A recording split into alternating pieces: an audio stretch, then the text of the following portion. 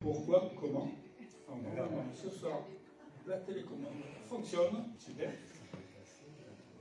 Déjà, est-ce qu'il faut parler de sa foi?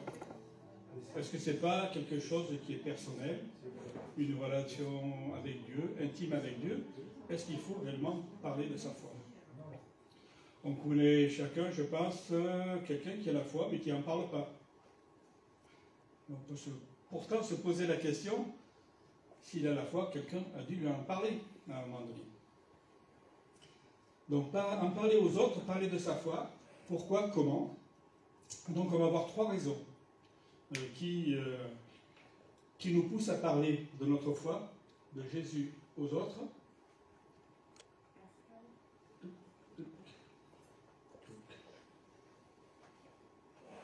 Ça fonctionne plus là.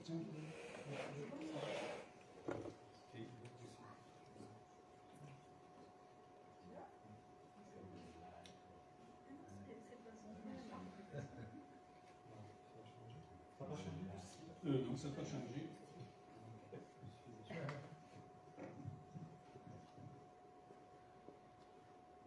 Donc normalement, il y a trois raisons qui prennent dans ce fichier-là.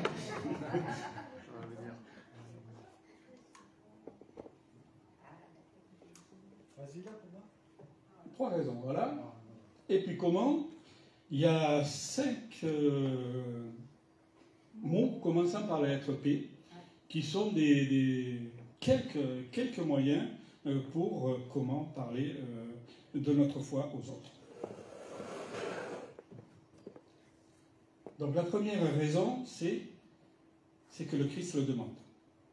Il nous dit « allez ». Il dit à ses disciples « allez vers les brebis égarées ». C'est un commandement qu'il leur donne. Hein. Et on trouve très souvent le verbe « aller » dans le Nouveau Testament. Et il dit par exemple « comme le Père m'a envoyé, moi aussi je vous envoie ». Et son dernier commandement, hein, c'est le Christ ressuscité qui dit « allez de toutes les nations, faites des disciples ». Il ne dit pas « allez et faites des réunions », ou « allez », il dit « allez et faites des disciples ». La deuxième raison, c'est parce que c'est une bonne nouvelle. En fait, c'est le sens du mot « évangile », bonne nouvelle. Est-ce que vous avez déjà rencontré un fan de foot de son équipe qui vient de gagner, qui a marqué des buts et qui sort de ce match-là? Qu'est-ce qu'il dit? Et il parle de cette merveilleuse nouvelle que son équipe a gagné, et il en parle dans les détails, etc. Et quelque part, pour nous, ça devrait être un peu la même chose. Parler de la bonne nouvelle. Être disciple de Christ, ce n'est pas simplement croire à des événements, respecter des règles, mais c'est aussi dire la bonne nouvelle. Dieu nous aime. Et la troisième raison, donc, c'est le monde en a besoin. Beaucoup dans notre société éprouvent un sentiment de tristesse, de vide, de vie aride, de soif, qu'on n'arrive pas à combler.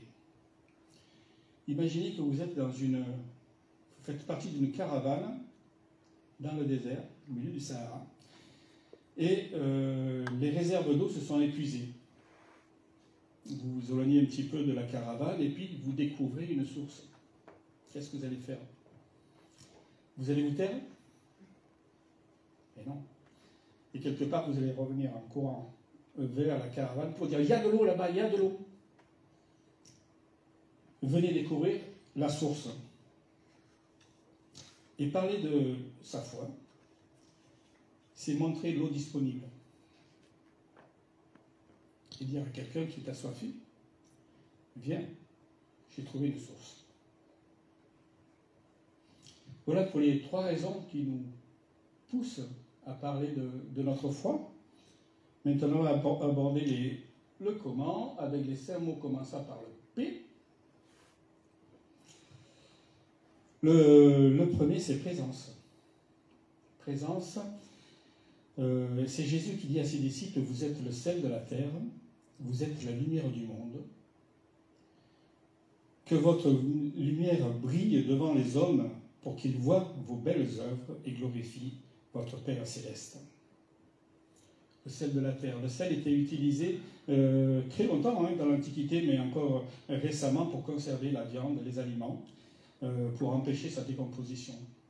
Et quelque part, en tant que chrétiens, nous sommes appelés aussi à éviter ce que notre société se décompose. Et on peut le faire par nos paroles, en prenant position, en nous exprimant, en pesant de notre influence pour que la société se rapproche du dessein de Dieu. Par nos actions aussi, en promouvant la justice, la liberté, la dignité des personnes. Chacun de nous sommes appelés à jouer un rôle. Le monde est marqué par de terribles injustices, des centaines de millions de personnes, des enfants piégés dans la pauvreté, dans la guerre en Ukraine ou ailleurs, la famine, les mentalités enfantines, etc. Nous voyons chaque jour dans nos écrans. Pourtant, chacun peut apporter sa note personnelle. Et ça fait partie du témoignage. C'est une manière d'en parler aux autres. Nous sommes tous appelés à soulager ceux qui souffrent. Et notre présence peut atténuer les fardeaux des hommes et des femmes qui sont exténuées. Juste une image, c'est un homme qui marche le long d'une plage et qui est jonché de milliers d'étoiles de mer qui se sont échouées là, dans le sable, et qui se dessèchent au soleil. Il y a un enfant qui en prend une et la rejette à la mer. Il en prend une deuxième, il la rejette à la mer. Et l'homme lui demande, mais quand il y en a des milliers, tu crois que ça va faire une différence? Alors l'enfant ramasse une autre étoile et la met à la mer, et il dit, pour celle-là, ça fait une différence.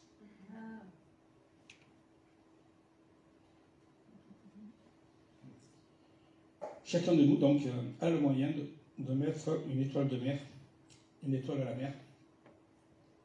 C'est aussi comme ça qu'on parle de sa foi.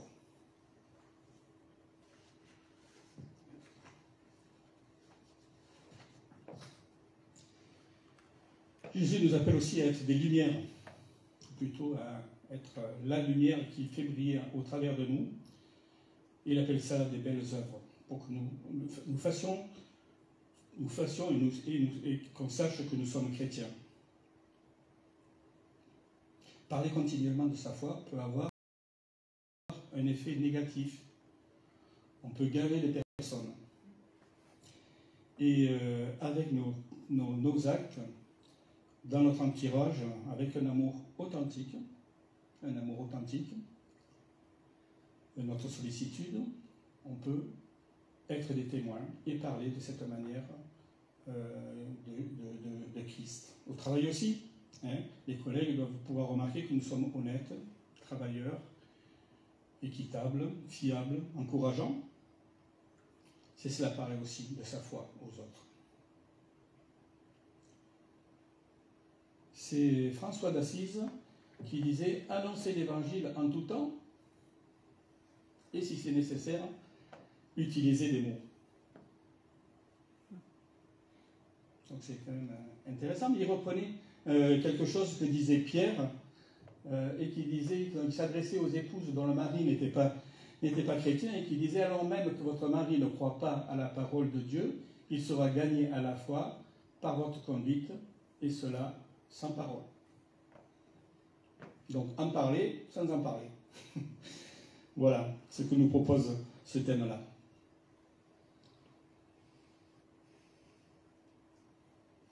Et quelquefois, il vaut mieux attendre que les personnes soient étonnées et nous posent des questions pour qu'on puisse commencer à en parler.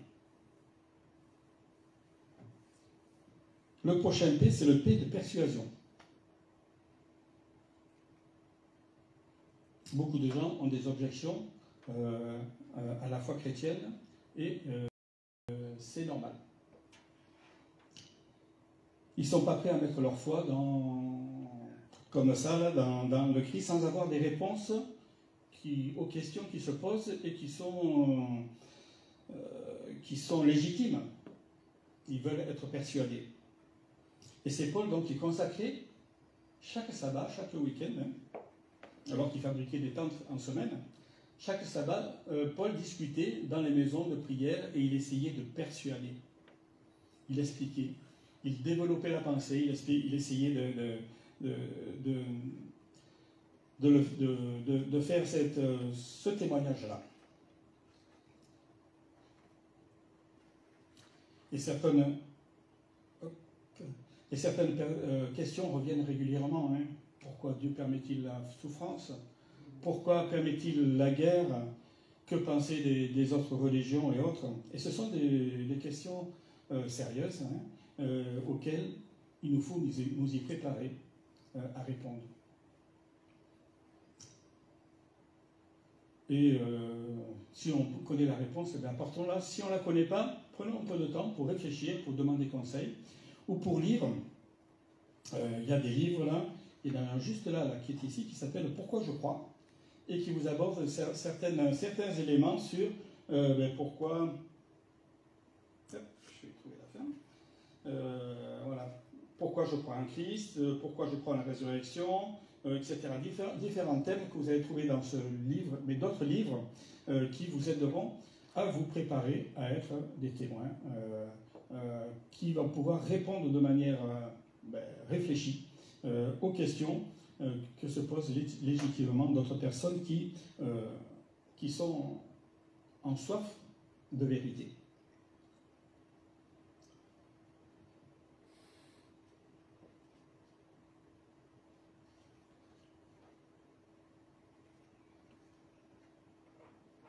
Et donc on parle de persuasion, pas de pression. La pression, c'est vraiment quelque chose qui est à l'opposé du témoignage, pour en parler aux autres.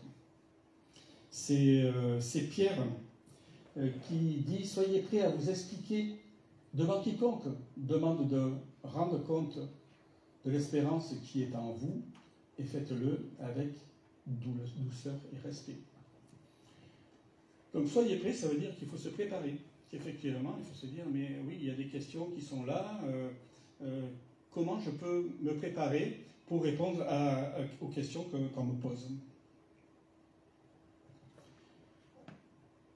Le prochain P, qui est le P que j'ai appelé, moi, présentation. Présentation, en fait, en parler aux autres, c'est tout simplement proclamer la bonne nouvelle de Jésus-Christ. C'est une manière très très simple, c'est de dire, viens et vois. Regardons, j'ai fait un petit résumé encore un petit coup là, du chapitre 1 de l'évangile de Jean. C'est Jean-Baptiste. Jésus vient juste de se faire baptiser. C'est le lendemain. Jean-Baptiste, il voit Jésus passer et il dit à deux de ses disciples, à lui, Jean-Baptiste, voici l'agneau de Dieu. Il présente Jésus. Et les deux disciples, dont on nous dit, il y a un qui s'appelle André, suivent Jésus. Jésus se sent suivi, il se retourne, il dit, mais qu'est-ce que vous voulez? Il a dit, on aimerait savoir où tu habites. Il dit, venez et voyez. Et vous voyez, donc il y a un truc entre là. Et voyez. Et André, il va vite, enfin ils passent un moment ensemble, et puis André, il va trouver son frère, Simon, c'est le fameux Simon-Pierre, hein, Saint-Pierre, et ils discutent ensemble, et André amena son frère à Jésus. Viens voir Jésus. Et c'est le lendemain. Le lendemain, Jésus repart pour la Galilée, et il rencontre Philippe. On ne sait pas trop ce qui se passe, mais il lui dit, suis-moi, viens avec moi et viens voir. Et Philippe, il connaissait un certain Nathanaël qui croise, et il lui dit, nous avons trouvé celui dont Moïse a écrit dans la loi et dont les prophètes ont parlé, Jésus de Nazareth, fils de Joseph. Nathanaël lui dit, peut-il venir quelque chose de bon de Nazareth? Viens et vois, lui dit Philippe. Donc, annoncer l'évangile, c'est simplement présenter une personne, Jésus, à une autre. Et c'est la même chose depuis plus de 2000 ans. Les chrétiens se passent le mot. Viens voir. Amène tes amis, amène ta famille. Puis nous avons le P de puissance. Laissez l'Esprit Saint agir. Voilà. C'est Paul qui écrit aux Corinthiens et qui dit « Ma parole et ma prédication n'ont point consisté dans des discours pathétiques de la sagesse humaine, mais dans une démonstration d'esprit et de puissance, afin que votre foi fût fondée non sur la sagesse humaine, mais sur la puissance de Dieu. » Si nous voulons en parler aux autres en nous appuyant pas sur le Saint-Esprit, c'est loupé, ça va être inefficace. Toute vie chrétienne, quelque part, a une dimension surnaturelle. La manifestation de l'Esprit doit accompagner notre témoignage. Habituons-nous à nous attendre à l'assistance du Saint-Esprit et laissons-le agir avec puissance. Le 5e P et le dernier, c'est la prière. Nous savons l'importance que la prière avait pour Jésus. Il passait des longs moments retirés, quelquefois des nuits entières, à prier. Et puis la prière est essentielle dans l'annonce de l'Évangile, dans notre témoignage. Tout ce que nous faisons doit être enraciné dans cette relation avec Dieu par la prière. Nous avons besoin de prier pour les autres, pour ceux qui sont assoiffés ou aveugles.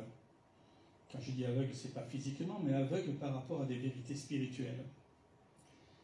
Il faut prier afin que l'Esprit de Saint ouvre les yeux des aveugles et qu'ils découvrent Jésus. Lorsque nous sommes devenus chrétiens, nous réalisons quelquefois que des personnes ont prié pour nous. Quelqu'un de la famille, des amis, nos parrains, marraines, pour que nos yeux s'ouvrent à la vérité.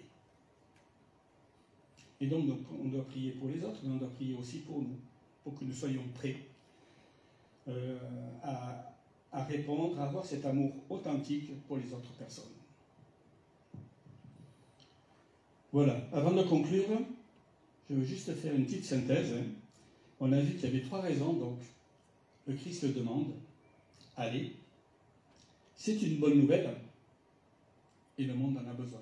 Donc on va réellement répondre à un besoin.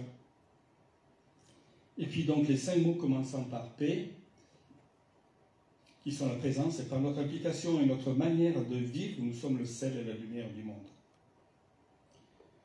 La persuasion, soyons prêts à nous expliquer, préparons-nous, devant quiconque demande de rendre compte de l'espérance qui est à nous, et faisons-le avec douceur et respect.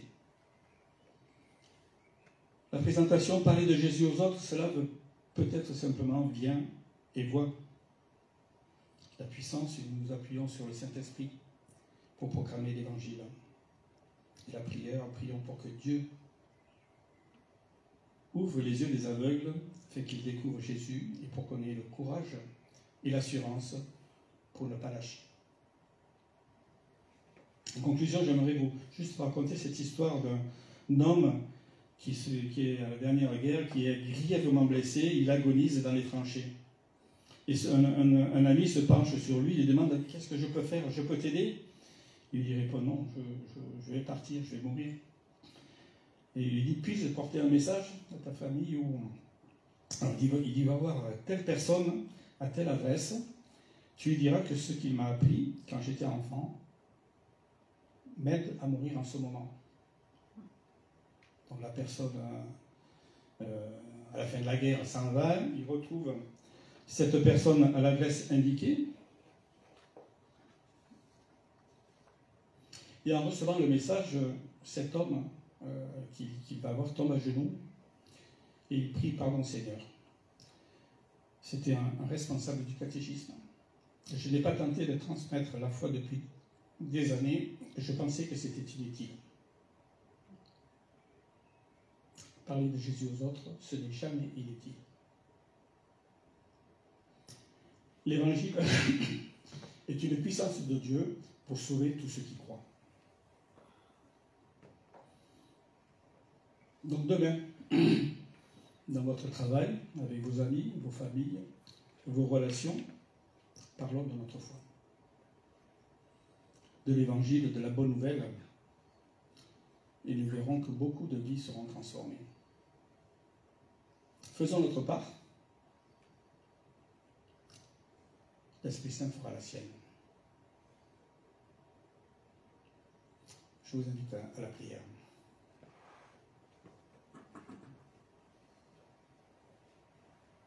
Père, nous te remercions pour le privilège que tu nous donnes d'apporter la bonne nouvelle de Jésus à nos amis, à nos voisins, à nos collègues de travail. Nous prions pour que tu remplisses chacun de nous de ton esprit en nous préparant à être un témoin de ton amour et de contribuer à ton œuvre de salut afin que beaucoup de vies soient transformées par toi et pour ta gloire.